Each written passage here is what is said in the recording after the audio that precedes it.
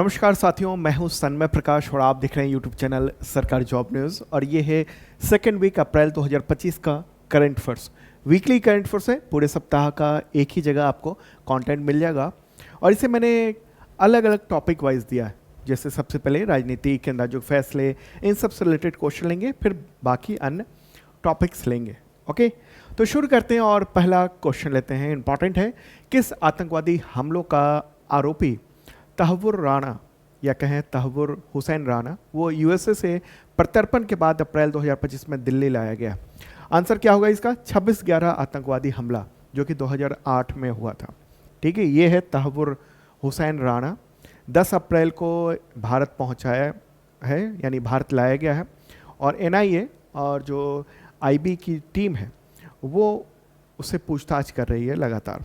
ठीक है, तो 26/11 जो आतंकवादी हमले हुए थे 2008 में, उसकी पूरी जो साजिश है उसका पता लगाने में डिटेल इससे पूछताछ की जा रही है। और इसको भारत में लाना एक बहुत बड़ी लंबी कानूनी प्रक्रिया का समापन है। ठीक है, 26/11 क्या है और क्यों चर्चा में? तो 26/11 या 2008 को मुंबई हमला हुआ था, जिसको 26/11 भी कहा जाता है। तो नवंबर 2008 में बड़ा आतंकी हमला हुआ था मुंबई में। और पाकिस्तान के जो आतंकी संगठन है लश्कर-ए-तैयबा, उसके 10 आतंकियों ने ये हमला किया था। 4 दिन तक मुंबई में गोलीबारी, बम धमाके किए थे और ताज जो पैलेस होटल है उस पर कब्जा किया था। और उसमें बहुत सारे जो जवान और पुलिस के बहादुर अधिकारी वो सब शहीद हो गए थे उसमें। चलिए आगे बढ़ते हैं। अगला क्वेश्चन, अंडमान निकोबार के किस प्रतिबंधित द्वीप पर मार्च 2025 में एक अमेरिकी नागरिक प्रवेश कर गया जिसे गिरफ्तार कर लिया गया? आंसर होगा उत्तरी सेंटिनल द्वीप। ठीक है, उत्तरी सेंटिनल द्वीप। तो अंडमान निकोबार पुलिस ने 31 मार्च को उसे गिरफ्तार किया है। और ये 24 वर्ष का है, ये अमेरिकी नागरिक है। नाम है उसका मिखाइलो विक्टर विच, और अमेरिका के एरिजोना का रहने वाला है। और वहाँ पर, यानी जो ये द्वीप है उत्तरी सेंटिनल द्वीप, यहाँ पर जाना प्रतिबंधित है। एक बार मैप के जरिए भी देख लेते हैं। प्यारा भारत रहा अपना, और यहाँ पर अंडमान और निकोबार द्वीप है। और इसी में इस जगह पर ये नॉर्थ सेंट्रल आइलैंड है। और वहाँ पर बिल्कुल जनजाति रहती है, जो आदिम जनजाति है। और उसको भारत सरकार ने बिल्कुल उस इलाके को प्रतिबंधित किया हुआ है कि वहाँ पर कोई भी व्यक्ति ना जाए। क्यों ना जाए? क्योंकि वहाँ जो लोग रहते हैं उनके पास इम्यूनिटी नहीं है। आज हमारे पास, यानी हमारे शरीर में, आपके शरीर में बहुत सारी बीमारियों का वास है, वायरस उन सब का वास है, बैक्टीरिया का वास है। और वो हम पर इफेक्ट नहीं करता क्योंकि हमारी जो इम्यूनिटी पावर है वो मजबूत हो चुकी है। और हम लोगों ने बहुत सारे वैक्सीन भी लिया हुआ है। इसके अलावा ऑटोमेटिकली इम्यूनिटी बढ़ती चली गई है तमाम बीमारियों से। अगर कोई मनुष्य इनके पास जाता है तो ये बीमारियां उनको हो सकती है, क्योंकि ये उस तरह से इम्यून नहीं है उन बीमारियों के प्रति, उन वायरस या बैक्टीरिया के प्रति। ठीक है, चलिए अब आगे बढ़ते हैं। अगला क्वेश्चन लेते हैं। अपॉइंटमेंट से रिलेटेड क्वेश्चन होगा। प्रश्न है, केंद्र सरकार ने विश्वविद्यालय अनुदान आयोग यानी यूजीसी, अंग्रेजी में कहेंगे इसको यूनिवर्सिटी ग्रांट कमीशन, तो उसका प्रभारी अध्यक्ष किसे नियुक्त किया है? आंसर होगा विनीत जोशी। क्या नाम है? विनीत जोशी। और ये कौन है? तो उच्च शिक्षा विभाग के ये सचिव है। ठीक है, केंद्र सरकार में, तो उनको प्रभारी चेयरमैन नियुक्त कर दिया गया है। मूलतः उत्तर प्रदेश से हैं और मणिपुर कैडर के आईएएस अधिकारी हैं, 1992 बैच के। ओके, अच्छा, इससे पहले वो सीबीएसई के भी चेयरमैन रह चुके हैं। ओके, तो इम्पॉर्टेंट बात रही, जब तक कि परमानेंट अध्यक्ष की नियुक्ति नहीं हो जाती है तब तक इन्हीं का कार्यकाल रहेगा। आगे बढ़ते हैं और अब इकोनॉमिक एक्टिविटीज से रिलेटेड महत्वपूर्ण क्वेश्चन लेते हैं। एक राज्य एक आरआरबी यानी रीजनल रूरल बैंक, इस नीति के तहत ग्रामीण बैंकों के विलय के बाद देश में कुल ग्रामीण बैंकों की संख्या 43 से घटकर कितनी रह गई है? आंसर क्या होगा? 28। मात्र 28 ग्रामीण बैंक रह गए हैं, क्षेत्रीय ग्रामीण बैंक कहेंगे। ठीक है, तो ये लागू हो रहा है 1 मई 2025 से। 43 अभी तक ग्रामीण बैंक हैं, तो वो संख्या घटाई जा रही है और 28 रह जाएंगे। और इसका विलय किया जा रहा है। क्यों किया जा रहा है ऐसा? क्योंकि जो क्षेत्रीय ग्रामीण बैंक है यानी आरआरबी हैं, उनके प्रदर्शन, उसकी दक्षता सुधार का उद्देश्य है, इसलिए विलय की प्रक्रिया की जा रही है। केंद्र सरकार जो है बैंकिंग सर्विस को और बेहतर बनाने की कोशिश कर रही है और लागत में कमी करने की कोशिश कर रही है। अब जो सरकार जो है ना वो बैंकिंग सर्विस को बेहतर बनाने के लिए, कॉस्ट कम करने के लिए चौथा विलय का काम शुरू किया। इससे पहले 3 बार विलय का काम हो चुका है, 3 बार ग्रामीण बैंकों को कम करने का, उनके विलय करके उसका स्केल छोटा करने की कोशिश हो चुकी है और चौथा ये प्रयास है। ठीक है, आज के समय में आप देखिए ना कि इंटरनेट है, ठीक है, तो इस दौर में बहुत सारे काम जो है ना अब आसान हो गए हैं, तो इसलिए भी सरकार ये कर रही है। ऐसे में कॉस्ट कम आएगा, कर्मचारियों की जो ज़रूरत है वो कम होगी और नुकसान भी है बच्चों को, साथियों को, आप सबको, क्योंकि जो आरआरबी में जो भर्तियां होती थी वो अब हो सकता है कि कुछ साल के लिए वो टल जाए, क्योंकि जो विलय हो जाएगा उसके बाद से फिर ज़रूरत कम हो जाएगी। ओके, तो देखिए 11 राज्य और यूनियन टेरिटरी में बैंकों का विलय हो रहा है, जैसे उत्तर प्रदेश, आंध्र प्रदेश, पश्चिम बंगाल, बिहार, गुजरात, जम्मू कश्मीर, कर्नाटक, एमपी यानी मध्य प्रदेश, महाराष्ट्र, उड़ीसा और राजस्थान। तो इन राज्यों में कई सारे अलग अलग जो आरआरबीज थे तो उन सबको मर्ज किया जा रहा है, मतलब एक राज्य में एक ही रहेगा। और ये पूरे लिस्ट 1 मई 2025 से जो देश में 28 आरआरबीज हो जाएंगे, तो उनकी पूरी लिस्ट यानी मैंने यहाँ पर दे दी है, टोटल 28 के 28 ये रहेंगे। ओके, तो इंपॉर्टेंट बात ये रही। चलिए आगे बढ़ते हैं, अगला क्वेश्चन लेते हैं। बिहार के 2 ग्रामीण बैंकों यानी उत्तर बिहार ग्रामीण बैंक और दक्षिण बिहार ग्रामीण बैंक का विलय कर दिया गया है, तब इसका नाम बताएं। क्या है विलय के बाद जो बिहार में एक ही ग्रामीण बैंक है उसका नाम क्या है? इसका नाम क्या होगा? इसका नाम होगा बिहार ग्रामीण बैंक। ठीक है, क्या होगा नाम? बिहार ग्रामीण बैंक। तो केंद्रीय वित्त मंत्रालय ने ये फैसला लिया। इससे पहले के क्वेश्चन में मैंने बताया था कि अब देश में सिर्फ 28 आरआरबीज रह जाएंगे, यानी रीजनल रूरल बैंक यानी क्षेत्रीय ग्रामीण बैंक। तो बिहार में 2 थे, अब वो घटाकर अब 1 कर दिया गया है, उनका विलय कर दिया गया है और इसका मुख्यालय पटना में होगा। 1 मई से ये मान्य हो जाएगा। अगला क्वेश्चन, उत्तर प्रदेश के 3 ग्रामीण बैंक कौन कौन सा है? बड़ौदा यूपी ग्रामीण बैंक, आर्यवर्त ग्रामीण बैंक और प्रथमा यूपी ग्रामीण बैंक, उनका विलय कर दिया गया है। तो इसका नाम क्या है? अब विलय के बाद जो 3 बैंकों के विलय के बाद एक जो बैंक बना है ग्रामीण बैंक, तो उसका तो है उत्तर प्रदेश ग्रामीण बैंक। क्या नाम कहेंगे? उत्तर प्रदेश ग्रामीण बैंक। इसका कार्यालय लखनऊ होगा। बैंक ऑफ बड़ौदा इसका प्रायोजक बैंक होगा। अगला क्वेश्चन, राजस्थान के 2 ग्रामीण बैंक, राजस्थान मरुधरा ग्रामीण बैंक और बड़ौदा राजस्थान क्षेत्रीय ग्रामीण बैंक, उनका विलय कर दिया गया है। तब इनका नाम बताएं, क्या नाम होगा? राजस्थान ग्रामीण बैंक, हेड ऑफिस जयपुर होगा और स्टेट बैंक ऑफ इंडिया इसका स्पॉन्सर होगा। एक बैंक स्पॉन्सर होता है रीजनल रूरल बैंक का। अगला क्वेश्चन, आरबीआई ने द्विमासिक मौद्रिक नीति समीक्षा यानी अप्रैल 2025 में जो हुई है, तो उसमें रेपो रेट को कितना बेसिस पॉइंट घटाकर 6% कर दिया। आंसर होगा 25 बेसिस पॉइंट। बेसिस पॉइंट का मतलब क्या? 1% का 100 हिस्सा, मतलब 1% जो होता है ना उसको 100 मान लिया जाता है बेसिस पॉइंट। तो उसमें से 25 बेसिस पॉइंट मतलब 0.25% की कटौती की गई है और उसको घटाकर 6% कर दिया गया है रेपो रेट को। तो भारतीय reserve bank, Indian RBI reserve bank of India का ये, तो उसकी मॉनेटरी पॉलिसी कमेटी है यानी एमपीसी, उसके चेयरमैन होते हैं जो आरबीआई के गवर्नर होते हैं, वो संजय मल्होत्रा अभी गवर्नर हैं, जो फोटोग्राफ आप देख रहे हैं। तो उन्हीं की अध्यक्षता में ये मीटिंग हुई थी 9 फरवरी को और ये तय किया गया कि 6% किया जाए। ठीक है, विकास को बढ़ावा देने के लिए ब्याज दरों में ये कटौती करने का फैसला लिया गया है, ऐसा कहना है रिजर्व बैंक का। प्लस साथ में दुनिया में जो अनिश्चितता की स्थिति है, जो अभी ट्रंप राष्ट्रपति बने कुछ महीने पहले यानी जनवरी में, उसके बाद से जो रेसिप्रोकल यानी जैसे को तैसा यानी पारस्परिक जो टैरिफ है वो लगाने का ऐलान किया। हालांकि अभी पॉज कर दिया उन्होंने 90 दिनों के लिए। भारत पर भी जैसे 26% रेसिप्रोकल टैरिफ लगाने का ऐलान किया था, हालांकि अभी रुका हुआ है। तो इससे पूरी दुनिया में अनिश्चितता है और मंदी का खतरा बना हुआ है। इस वजह से चूँकि भारत में भी उसके खतरे हैं, तो इसलिए रुपए का प्रवाह ज़्यादा हो मार्केट में, ठीक है, तो इसकी वजह से इन्होंने रेपो रेट को कम कर दिया। रेपो रेट का क्या है? रेपो रेट जो है ना वो एक बहुत बड़ा एक आरबीआई के लिए एक हथियार है। उसके ज़रिए महंगाई को काबू करने का काम करता है आरबीआई। रेपो रेट अगर बढ़ाता है इसका मतलब आरबीआई, तो इसका मतलब ये हुआ कि रुपए मतलब मार्केट में रुपए की कमी करना, यानी लिक्विडिटी की कमी करना। क्योंकि होता क्या है, जब ब्याज महंगा होता है तो लोग लोन कम लेते हैं। अब जैसे जैसे सस्ता होगा लोग लोन ज़्यादा लेंगे, ऐसे में क्या होगा, वो मार्केट में रुपया जाएगा।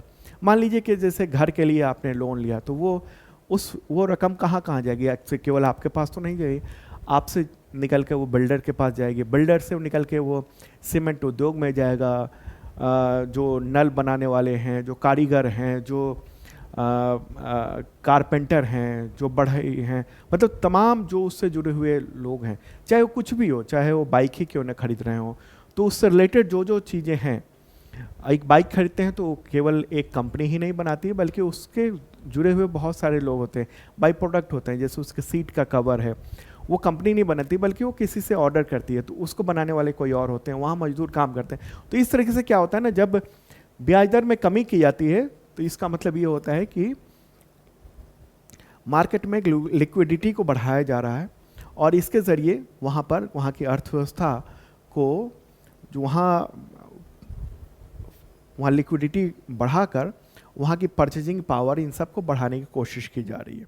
ठीक है, तो महंगाई को कंट्रोल करने का बड़ा टूल है आरबीआई के पास रेपो रेट। तो ये एग्जामिनेशन में पूछे जाते हैं ये सवाल, इसलिए थोड़ा डिटेल में मैंने आपको बता दिया।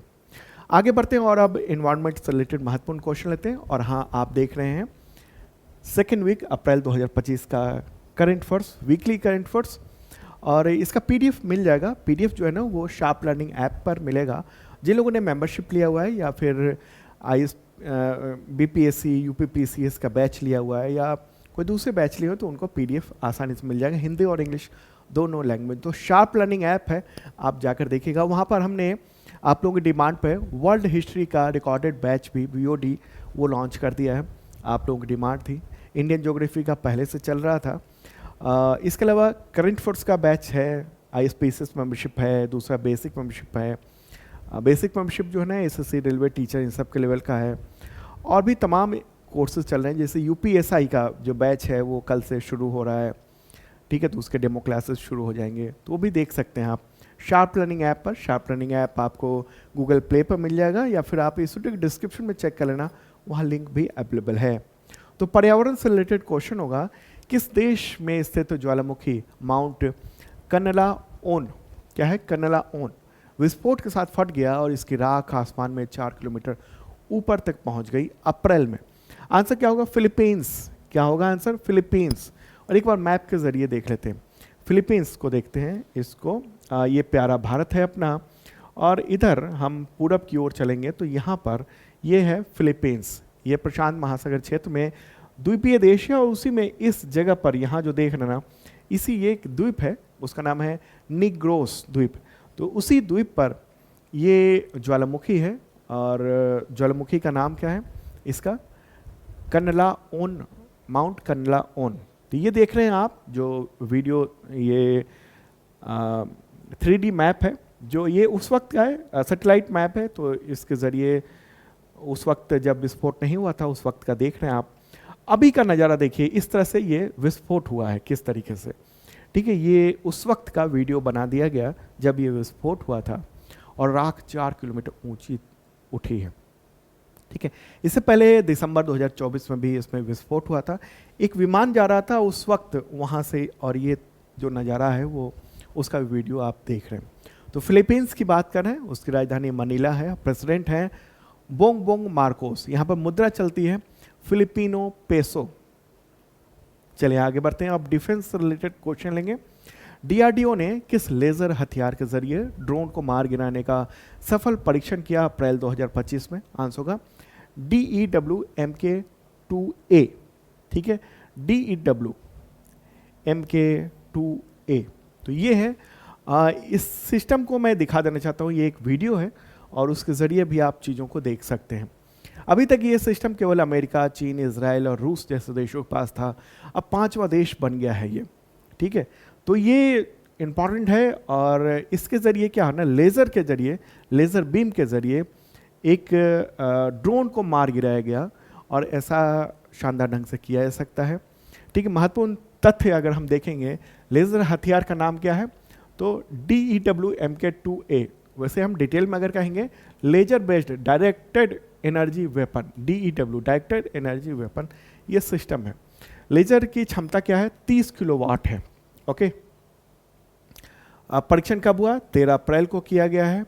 कहाँ पर किया गया? तो आंध्र प्रदेश के कुर्नूल में बना हुआ है, नेशनल ओपन एयर रेंज है, NOAR, वहाँ पर किया गया है।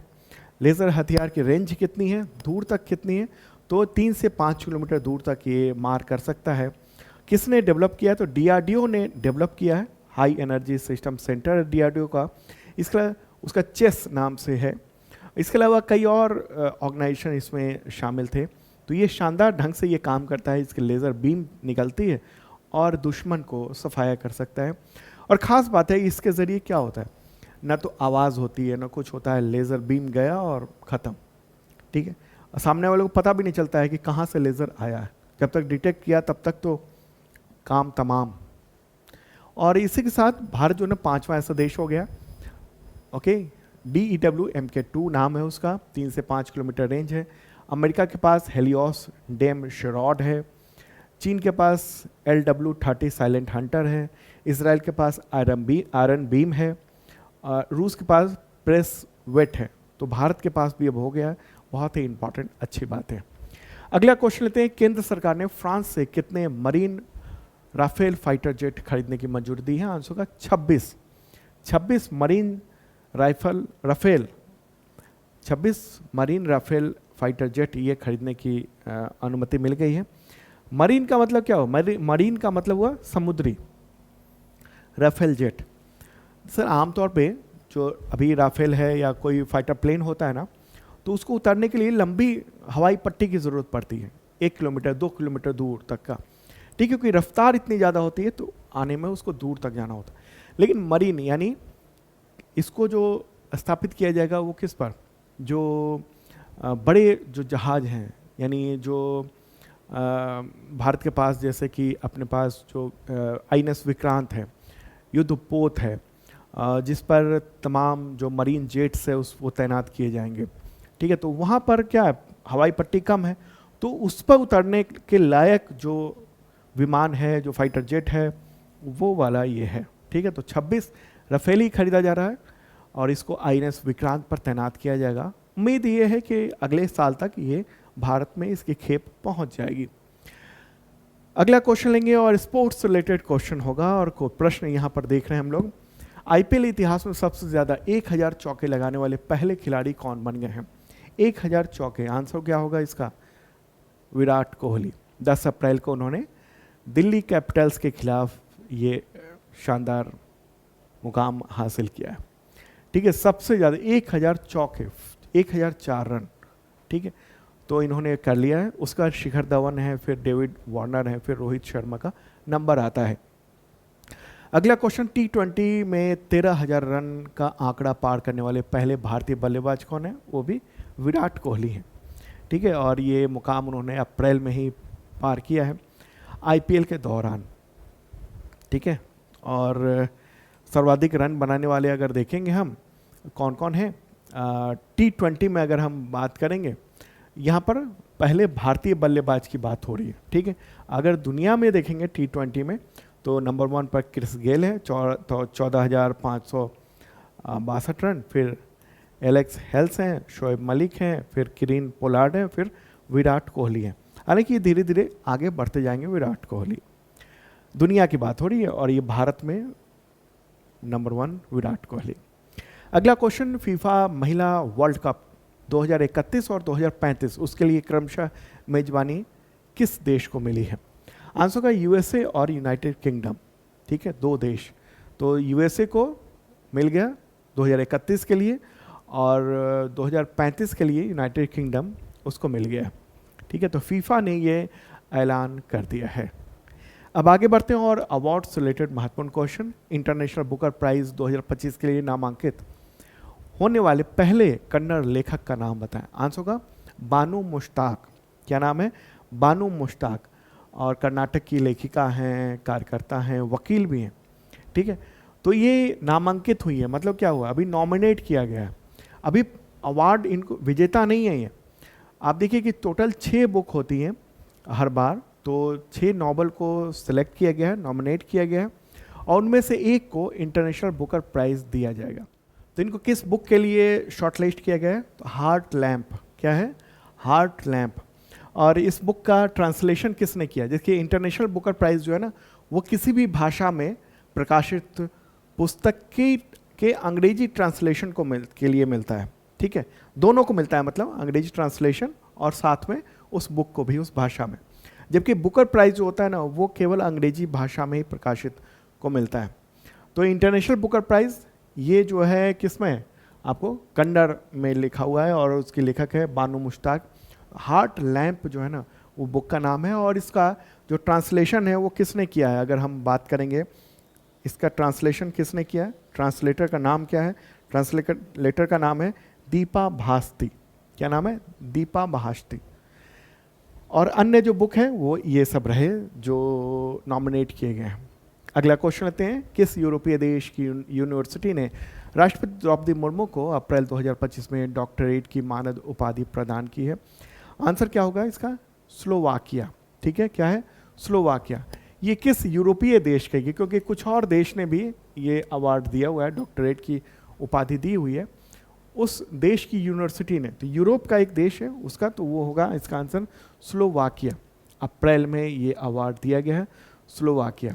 ठीक है, ये लैंड लॉक्ड कंट्री है स्लोवाकिया। इसकी मुद्रा यहाँ पर यूरो चलती है और राजधानी है इसकी ब्रातिस्लावा। अगला क्वेश्चन लेते हैं, भारत की राष्ट्रपति द्रौपदी मुर्मू को किस देश की राजधानी लिस्बन का सिटी ऑफ ऑनर अवार्ड मिला है? यानी मानद नागरिकता के तौर पर दिया गया है। तो आंसर क्या होगा? पुर्तगाल। ओके, पुर्तगाल की राजधानी है लिस्बन। तो वहीं पर 6 अप्रैल को इनको अवार्ड दिया गया है, ये खास तरह का। पुर्तगाल और स्लोवाकिया की राजकीय यात्रा पर गई थी राष्ट्रपति द्रौपदी मुर्मू 7 से 10 अप्रैल तक। ठीक है, तो पुर्तगाल भी देख लेते हैं एक बार, मैप के जरिए देख लेते हैं। प्यारा भारत है। और अब चलते हैं कहाँ? यूरोप की ओर। यूरोप में ये वाला जो हिस्सा आप देख रहे हैं ना, ये है पुर्तगाल और इसी की राजधानी लिस्बन है। ये वाला जो है वो पुर्तगाल है, जहाँ पर जिसकी राजधानी लिस्बन में ये अवार्ड दिया गया है। किसको? राष्ट्रपति द्रौपदी मुर्मू को। कौन सा अवार्ड दिया गया है? तो सिटी ऑफ ऑनर का अवार्ड दिया गया है। ठीक है, और इससे पहले जो प्रश्न था ना स्लोवाकिया, वो कौन सा है?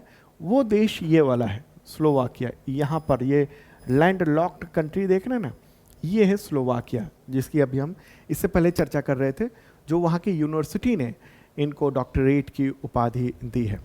ये लैंड लॉक्ड कंट्री है, मतलब कि चारों तरफ से किसी न किसी देश की सीमा से जुड़ा हुआ है। और तो इसकी जो पड़ोसी देश है ना, वो कौन कौन से अगर हम देखेंगे तो आप देखिए कि इधर पोलैंड हो गया, इधर ये यूक्रेन हो गया, फिर हंगरी है, इसके अलावा चेक रिपब्लिक है, ऑस्ट्रिया है, ये सब पड़ोसी देश हैं उसके। ठीक है, चलें अब आगे बढ़ते हैं और अब इंडेक्स और सूचकांक से रिलेटेड इंपॉर्टेंट क्वेश्चन लेंगे। पंचायती राज मंत्रालय ने किस वित्त वर्ष के लिए पहली बार पंचायत एडवांसमेंट इंडेक्स यानी PAI बेसलाइन रिपोर्ट जारी की है? आंसर होगा वित्त वर्ष 2022-23 के लिए। कब जारी की गई? अप्रैल 2025 में ये जारी की गई है पंचायती राज मंत्रालय के द्वारा। एक चीज़ और बताऊं आपको कि जब भी मंत्रालय लिखा हो ना, तो एक चीज़ आप बिल्कुल समझ लीजिएगा कि ये केंद्र सरकार के मंत्रालय की बात हो रही है। राज्यों में मंत्रालय नहीं होता है। ठीक है, राज्यों में केवल डिपार्टमेंट होता है और केंद्र में मंत्रालय होता है। केंद्र में मंत्रालय के मंत्री होते हैं। ठीक है, जैसे पंचायती राज मंत्रालय के मंत्री होते हैं, लेकिन राज्य में चाहे यूपी हो, पंजाब हो, हरियाणा हो, राजस्थान हो, बिहार हो, कहीं भी हो, वहाँ पर पंचायती राज विभाग के मंत्री होते हैं। ठीक है, राज्य में मंत्रालय नहीं होता है। हाँ, एक बिल्डिंग का नाम जरूर मंत्रालय है महाराष्ट्र में, मुंबई में, लेकिन वहाँ डिपार्टमेंट के मंत्री होते हैं, कोई भी होगा। ठीक है, तो ये कंफर्म ध्यान रखिएगा। कहीं भी जैसे एग्जामिनेशन में भी पूछा जाए कि फलाने मंत्रालय, तो सीधे कनेक्ट क्या करना है? केंद्र सरकार के मंत्रालय की बात हो रही है, राज्य सरकार की बात नहीं हो रही, क्योंकि राज्य सरकार में डिपार्टमेंट होता है, वो डिपार्टमेंट के मंत्री होते हैं। ठीक है, गृह विभाग के मंत्री होते हैं, लेकिन अगर केंद्र में बात होगी तो वो गृह मंत्रालय के मंत्री होते हैं। ठीक है। इसी तरह से अलग अलग तमाम जो मंत्रालय है और डिपार्टमेंट है, राज्य में डिपार्टमेंट और केंद्र में मंत्रालय होते हैं, तो ये एकदम आपको ध्यान रखना है, ठीक है। तो ये पंचायती राज मंत्रालय यानी केंद्र सरकार की ओर से ये जारी किया गया है और इसमें क्या है ना, SDG तय कर दिया गया है, स्थानीयकृत यानी सतत विकास लक्ष्य तय कर दिया गया है। और इन सब में जैसे poverty free and enhanced livelihood panchayat होना चाहिए, हेल्दी पंचायत होना चाहिए, चाइल्ड फ्रेंडली पंचायत होना चाहिए, वाटर सफिशिएंट पंचायत होना चाहिए, क्लीन एंड ग्रीन पंचायत होना चाहिए, सेल्फ सफिशिएंट इंफ्रास्ट्रक्चर पंचायत होना चाहिए, socially justice and socially secured panchayat होना चाहिए, panchayat and with good governance होना चाहिए, वुमेन फ्रेंडली पंचायत होना चाहिए। तो इन सब में पंचायतों की क्या स्थिति है उसकी रिपोर्ट है।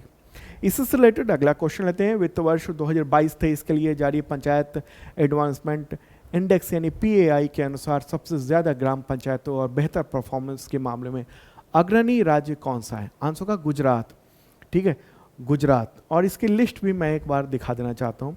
देखिए इस आंकड़े में ना मतलब इसमें अगर हम बताएं तो टोटल अग्रणी जो पंचायत है उसकी लिस्ट रखी गई है 699, उनमें से 346 पंचायतें गुजरात की हैं और फिर 270 पंचायतें तेलंगाना की है। इसको थोड़ा जूम करके देखते हैं। आप देखिए गुजरात की सबसे ज़्यादा है, ठीक है, जो एक कैटेगरी में है, बेहतरीन जो परफॉर्मेंस है उसमें, ठीक है। उसके बाद दूसरे स्थान पर हम लोग तेलंगाना का देखते हैं, फिर अन्य राज्यों का देखते हैं। तो टोटल जो देश में पंचायतें हैं ना वो कितनी है? 2,55,699, ठीक है। ये सरकार का आंकड़ा है, एकदम एग्जैक्ट है। तो ये आप नोट भी कर सकते हैं अपने तथ्य के लिए, डेटा के लिए। कितनी है टोटल देश में पंचायत? 2,55,699। उसमें से ये जो आंकड़ा दिया गया है ना, डेटा दिया गया है, उनमें से 2,16,285 का डेटा है और उसी के आधार पर ये तैयार किया गया है।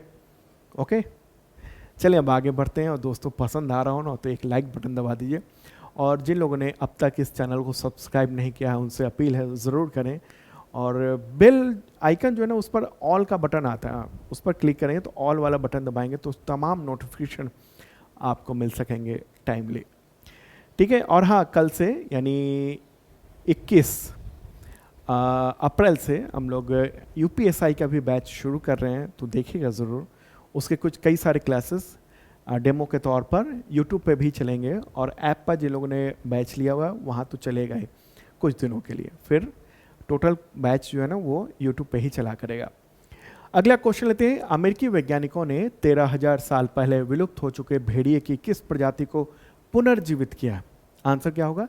Dyer wolf. ये फोटोग्राफ देख लीजिए, डायर वुल्फ को पुनर्जीवित किया है। 13,000 साल पहले विलुप्त हो चुके थे। अमेरिका की किस कंपनी ने किया? तो ये बायोटेक कंपनी है, कोलोसल बायोसाइंसेस। क्या नाम है? Colossal biosciences. तो यही ये तीन कहिए डायर वुल्फ उसको पुनर्जीवित किया है। अभी क्या है, अभी ग्रे वुल्फ जो है ना वो पृथ्वी पर है, लेकिन 13,000 साल पहले विलुप्त हो चुके थे डायर वुल्फ।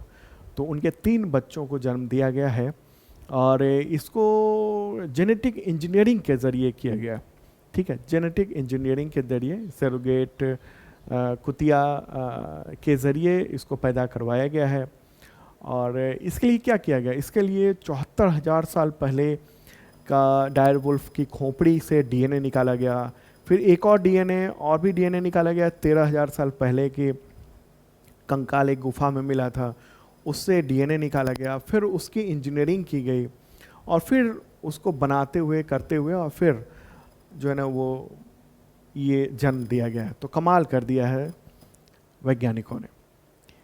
आगे बढ़ते हैं। अगला क्वेश्चन, दुनिया का पहला 3D प्रिंटेड रेलवे स्टेशन किस देश ने बनाया है? आंसर का जापान। इस स्टेशन का नाम क्या है? हात्सुशिमा। क्या नाम है? हात्सुशिमा ये स्टेशन है और इसको प्रिंटिंग किया गया है, 3D प्रिंटिंग के जरिए बनाया गया है और 3D प्रिंट किया गया, फिर इकट्ठा करके उसको जोड़ दिया गया, ठीक है। तो 6 घंटे में मात्र स्टेशन को बना दिया गया है और ये इंपॉर्टेंट बात है। 3D प्रिंटिंग कैसे होती है ये देख लीजिए आप। जैसे कि सीमेंट बालू इन सब का मसाला होता है ना, तो वो एक लेयर बनाता जाता है प्रिंट की तरह, और वो लेयर बनता बनता एक दीवार खड़ी हो जाती है और वो मजबूत दीवार होती है, ऐसा वैसा कमज़ोर नहीं होती है। और वही उसी से धीरे धीरे धीरे धीरे एक पूरी बिल्डिंग बनाई जा सकती है। ठीक है, तो जापान में है, जापान की राजधानी क्या है? टोक्यो है। और वहाँ का मुद्रा क्या है? वहाँ की जापानी येन मुद्रा है वहाँ की। चले आगे बढ़ते हैं और निधन से रिलेटेड कुछ इंपॉर्टेंट क्वेश्चन। भारतीय बास्केटबॉल टीम के एक पूर्व कप्तान हरदत्त कापड़ी का निधन हो गया, तो उन्हें कौन सा पुरस्कार मिला था? अर्जुन पुरस्कार मिल चुका था 1969 में। भारतीय टीम के पूर्व कप्तान थे और 9 अप्रैल को उनका निधन हुआ है। 1969 में उनको अर्जुन पुरस्कार मिला था। अगला क्वेश्चन लेते हैं, किस संस्थान के मुख्य प्रशासक और आध्यात्मिक नेता दादी रतन मोहिनी का निधन हो गया 101 वर्ष की उम्र में 8 अप्रैल 2025 को? आंसर होगा ब्रह्म कुमारी। ठीक है, ब्रह्म कुमारी, तो उनका निधन हो गया। अगला क्वेश्चन लेते हैं, लोक नर्तक राम सहाय पांडे का निधन हो गया 8 अप्रैल 2025 को, तो उन्हें किस लोक नृत्य को लोकप्रिय बनाने का श्रेय दिया जाता है? आंसर होगा राई। क्या है? राई। ठीक है, और इनको 2022 में पद्मश्री अवार्ड भी मिल चुका है और 92 ईयर बताई जा रही है उनकी उम्र। राई नृत्य जो है ना, राई डांस, ये बेड़िया समुदाय से जुड़ा हुआ माना जाता था और बेड़िया समुदाय ये माना जाता है कि वैश्यगिरी से भी जुड़ा हुआ है, तो इसलिए इनको काफ़ी शुरुआत में काफ़ी ज़्यादा हे दृष्टि से इनको देखा जाता था, लेकिन बाद में इन्होंने जो राई डांस है उसको आगे बढ़ाया और फिर पद्मश्री अवार्ड मिला था। काफ़ी पॉपुलर थे ये। आगे बढ़ते हैं और अब योजना से रिलेटेड इंपॉर्टेंट क्वेश्चन। केंद्रीय मंत्रिमंडल ने वाइब्रेंट विलेज कार्यक्रम के दूसरे चरण को मंजूरी दी है, तो इसके तहत किन गांवों के विकास को मदद दी जाएगी? आंसर का अंतर्राष्ट्रीय भूमि सीमा से सटे हुए जो गांव हैं उन सबको बेहतर किया जाएगा। अंतर्राष्ट्रीय सीमाओं से सटे हुए उन गाँवों को क्यों?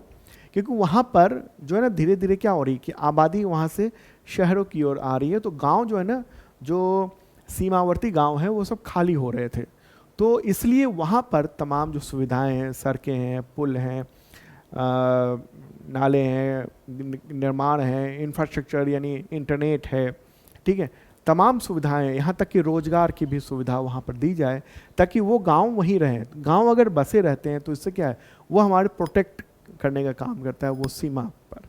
ठीक है, तो इसके लिए केंद्र सरकार ने 6,839 करोड़ रुपए जो ना वो उसका बजट जो है तय किया हुआ है।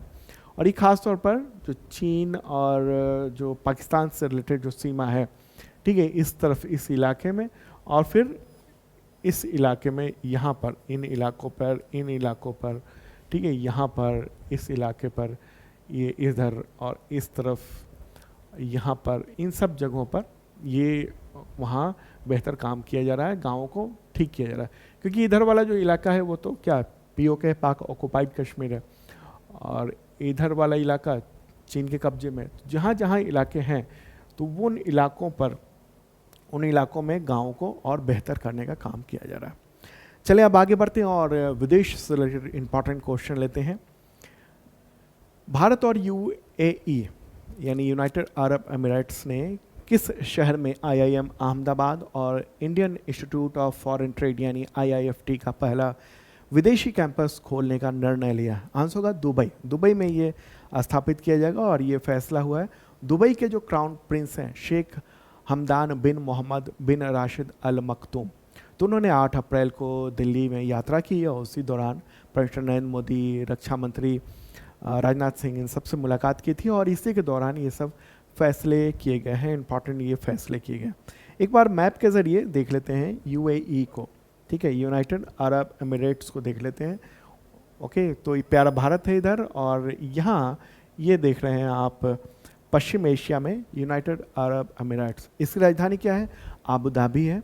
और यहाँ की जो मुद्रा है वो क्या चलती है? मुद्रा UAE दिरहम चलती है। ठीक है, UAE दिरहम। इसका पड़ोसी क्या है? ओमान है, और ये सऊदी अरबिया है। इधर पर्शियन गल्फ है और ये गल्फ ऑफ ओमान इस तरफ आप देख रहे हैं। ठीक है, तो इन मतलब भारत और UAE के बीच में कई सारे निर्णय लिए गए हैं। एक तो दुबई में IIM अहमदाबाद का पहला अंतर्राष्ट्रीय परिसर स्थापित किया जाएगा और सितंबर तक ये चालू हो जाएगा। पहला MBA कोर्स शुरू किया जाएगा। दुबई में इंडिया पवेलियन में Indian institute of foreign trade IIFT का पहला विदेशी परिसर स्थापित भी किया जाएगा। दुबई में 2 इंस्टीट्यूट हो जाएंगे भारत के, वहाँ पर सेंटर होगा, कैंपस होगा। भारत मार्ट का निर्माण का कार्य शुरू करना है। भारत मार्ट परिसर का 3D रेड रिंग उसका शुरुआत किया जाएगा। दुबई में UAE भारत मैत्री अस्पताल के लिए ज़मीन दिया जाएगा और भारत अस्पताल बनाने में मदद करेगा। कोच्चि और वाडीनगर में जहाज मरम्मत क्लस्टर का विकास किया जाएगा और दुबई चैम्बर ऑफ कॉमर्स का भारत कार्यालय खोलेगा। यहाँ पर भारत में कार्यालय भी होगा। अगला क्वेश्चन लेते हैं, पड़ोसी देश का मामला है। भारत ने किस पड़ोसी देश को दी गई ट्रांसशिपमेंट सुविधा वापस ले ली है? और ये कदम चीन में भारत के खिलाफ जो बयानबाजी की थी उस देश के प्रमुख ने, उसके बाद उठाया गया। आंसर होगा बांग्लादेश। ठीक है, बांग्लादेश। मूल वजह क्या है?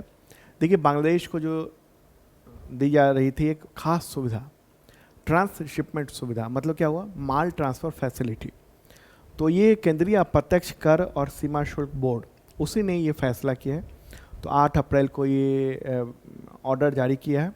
और इसमें होता क्या था? इसके ज़रिए क्या ना, इस सुविधा के ज़रिए 2020 में ये लागू किया गया था सुविधा, और इस सुविधा के ज़रिए बांग्लादेश को जो भारतीय बंदरगाह और भारतीय जो एयरपोर्ट हैं वहाँ तक सामान ले जाने की सुविधा थी और भारत इस पर कोई टैक्स या कोई शुल्क इस तरह की चीज़ें कुछ भी नहीं लगाता था। ठीक है, आपको पता होगा कि 2 जगहों पर एक तो दिल्ली में बहुत बड़ा सेंटर, दिल्ली का जो एयरपोर्ट है ना, वहाँ से इंटरनेशनल कार्गो जाता है और दुनिया के जो प्रमुख जो शहर हैं, देश हैं, वहाँ से कार्गो जाने की व्यवस्था है बड़े पैमाने पर। ठीक है, जो कि सुविधा बांग्लादेश के पास नहीं है। एक तो दिल्ली होगा, दूसरा ये कोलकाता में भी कार्गो की व्यवस्था है, वहाँ से कई इंपॉर्टेंट शहरों में भी सामान जाता है।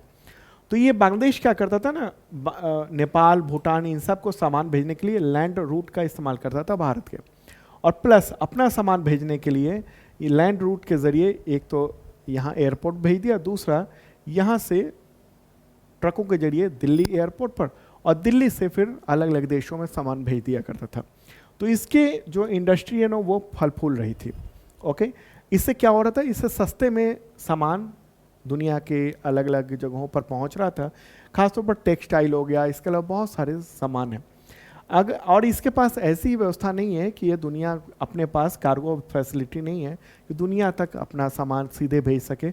अब उसे क्या होता है, इसे इस बंदरगाह के ज़रिए फिर भेजना पड़ता था, जहाज़ों के ज़रिए बहुत लंबा टाइम लगता था, और इसके ज़रिए हफ्ते भर में सामान पहुंच गया तमाम देशों में। अब हुआ ये कि बांग्लादेश के जो अभी वहाँ तो जो सरकार है ना वो एडवाइज़र्स की सरकार है, तो प्रमुख एडवाइज़र हैं मोहम्मद यूनुस, वो गए थे चाइना। ठीक है, चाइना पहुँचे थे और वहाँ पर उन्होंने जाकर ये कह दिया, बकवास किया कि जो ये भारत के जो ये तमाम राज्य हैं, 7 राज्य, तो इधर के यानी पूर्वोत्तर के खास तौर पे, तो वो लैंड लॉक्ड हैं, और उसने ये उकसाया चीन को कि यहाँ पर कुछ एक्टिविटी करना चाहिए, और इन्हें कहा कि हम ही इस बंगाल की खाड़ी के राजा हैं, एक तरह से किंग हैं, हम ही हैं यहाँ पर, तो यहाँ पर करना चाहिए। तो ये बहुत बड़ी बात थी। एक देश का लीडर जो है खुलेआम यहाँ बक रहा था, उसके बाद सरकार ने ये फैसला किया था, बहुत नुकसान हुआ है इसको। हालांकि उसके बाद फिर बांग्लादेश ने जो भारतीय जो कॉटन है उसको लैंड रूट के जरिए अपने यहाँ इंपोर्ट करने पर रोक लगा दी है। तो जो सामान जाएगा अब वो पोर्ट के जरिए जाएगा। इससे क्या होगा? इससे बांग्लादेश को भी नुकसान होगा। बांग्लादेश के पास जो जाएगा सामान वो ज़्यादा टाइम लगेगा, और उस कपड़े को बनाने में जो कच्चा माल चाहिए वो भारत से जा रहा है, तो अब वो महंगा होगा, इससे में इसका सामान ये महंगा हो जाएगा। तो ये टकराव एक पड़ोसी देश के साथ देखने को मिल रहा है। आगे बढ़ते हैं, अगला क्वेश्चन, भारत ने किस पड़ोसी देश के साथ समुद्री केबल के जरिए विद्युत ग्रिड इंटरकनेक्टिविटी समझौता किया है? आंसर होगा श्रीलंका के साथ। ठीक है, प्राइम मिनिस्टर नरेंद्र मोदी जो है ना वो 4 से 6 अप्रैल को श्रीलंका की यात्रा पर थे, और उसी के दौरान MOU साइन किया गया है। और ये एक विद्युत आयात निर्यात के लिए दोनों देशों के बीच में HVDC यानी high voltage direct current interconnection परियोजना है। इसमें होगा क्या, एक बार हम मैप के ज़रिए आपको दिखा देते हैं। प्यारा भारत है और ये है श्रीलंका। तो यहाँ क्या होगा ना, यहाँ से यहाँ तक समुद्र के तल से एक हाई वोल्टेज करंट, मतलब करंट नहीं, केबल डाला जाएगा, उसमें करंट होगा। HVDC कहेंगे, ये DC लाइन होगा। अभी आप जो यूज़ करते हैं अपने बिजली में वो AC करंट होता है, ओके। और ये DC होगा। DC में क्या होता है ना कि लाइन लॉस कम होता है, बिजली का नुकसान कम होता है, ठीक है। तो ये इस तरह से केबल बिछाई जाएगी और आगे का काम किया जाएगा। इससे फ़ायदा क्या होगा, भारत ये चाहता है ना कि दुनिया के तमाम देशों को कनेक्ट करे एक ही ग्रिड से, और ख़ास तौर पर पहले इन इलाकों में ग्रिड को कनेक्ट करने की योजना है। और भारत ने उड़ीसा से यहाँ तक, ठीक है, एक ग्रिड समुद्र में बिछाकर यहाँ तक बिजली पहुँचाने का भी काम किया है, ताकि यहाँ से अलग अलग देशों को ये बिजली पहुँचाई जा सके।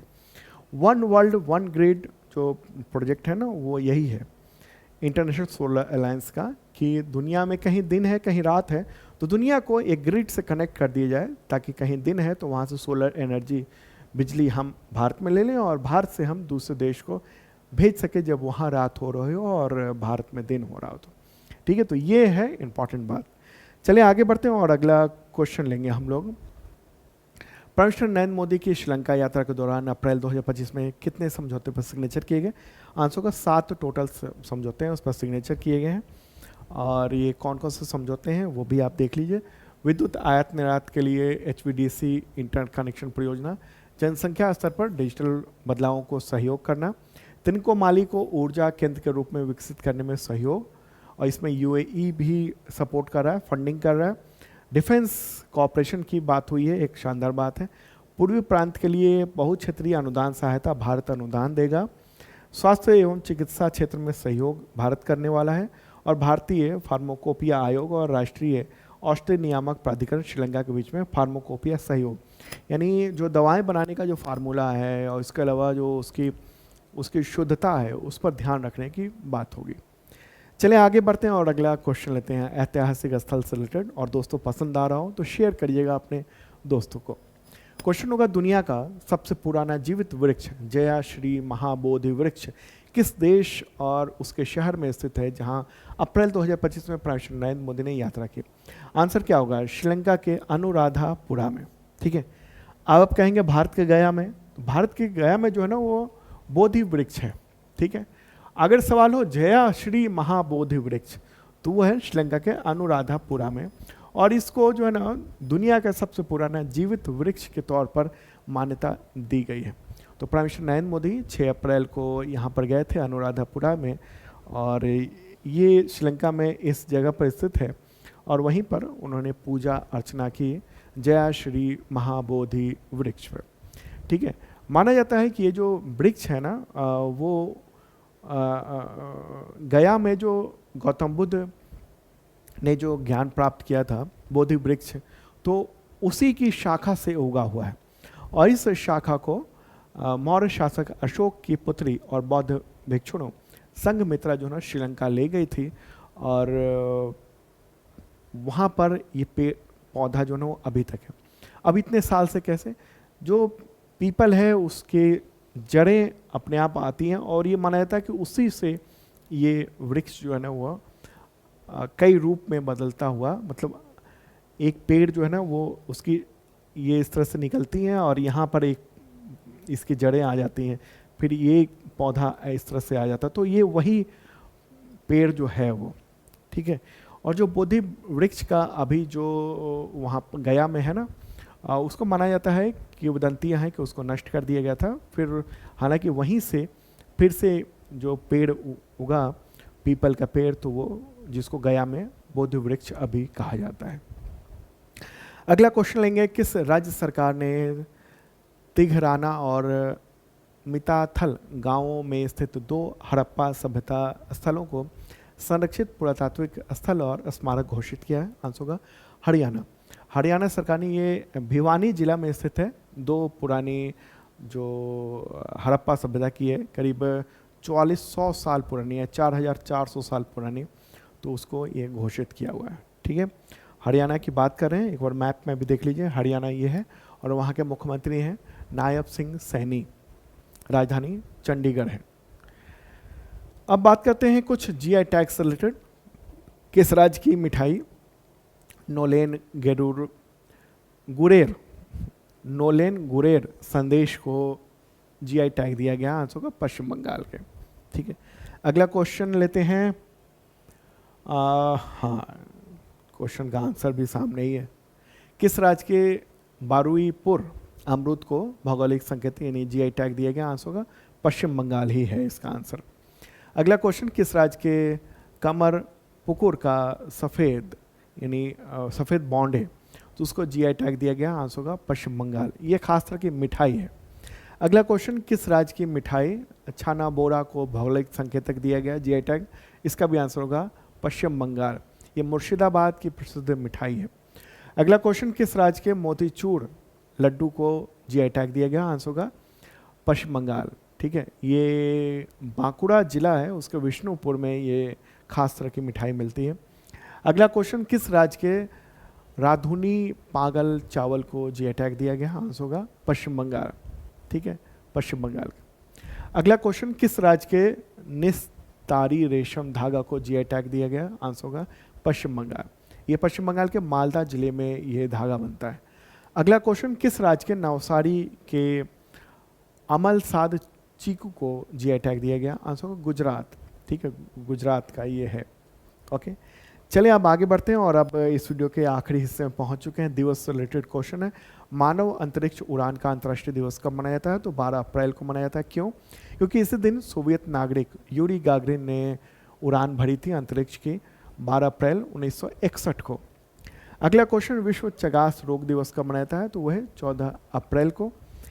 समथुवा नाल दिवस यानी समानता दिवस कब मनाया जाता है? 14 अप्रैल को, डॉक्टर BR अम्बेडकर की जयंती पर। अगला क्वेश्चन, विश्व पार्किंसंस डे कब मनाया जाता है? तो 11 अप्रैल को मनाया जाता है। राष्ट्रीय सुरक्षित मातृत्व दिवस कब मनाया जाता है? तो 11 अप्रैल को मनाया जाता है। विश्व होम्योपैथी दिवस कब मनाया जाता है? तो 10 अप्रैल को मनाया जाता है। केंद्रीय रिजर्व पुलिस यानी CRPF का शौर्य दिवस कब मनाया जाता है? तो 9 अप्रैल को मनाया जाता है। क्यों मनाया जाता है 9 अप्रैल को? क्योंकि 9 अप्रैल 1965 को CRPF की टुकड़ी ने गुजरात के कच्छ में सरदार पोस्ट में पाकिस्तानी सेना को हराया था। तो दोस्तों साथियों, ये था इंपॉर्टेंट करंट अफेयर्स। इसका PDF आप मेंबरशिप के ज़रिए ले सकते हैं, तो वहाँ से डाउनलोड कर सकते हैं मेंबरशिप प्लान के ज़रिए। और कई सारे इंपॉर्टेंट बैच चल रहे हैं, शार्प लर्निंग ऐप पर ज़रूर देखिएगा। वर्ल्ड ज्योग्राफी का भी बैच अब आ चुका है, VOD है, रिकॉर्डेड है, एक ही जगह सारे क्लासेस आपको मिल जाएंगे। ठीक है, बाय।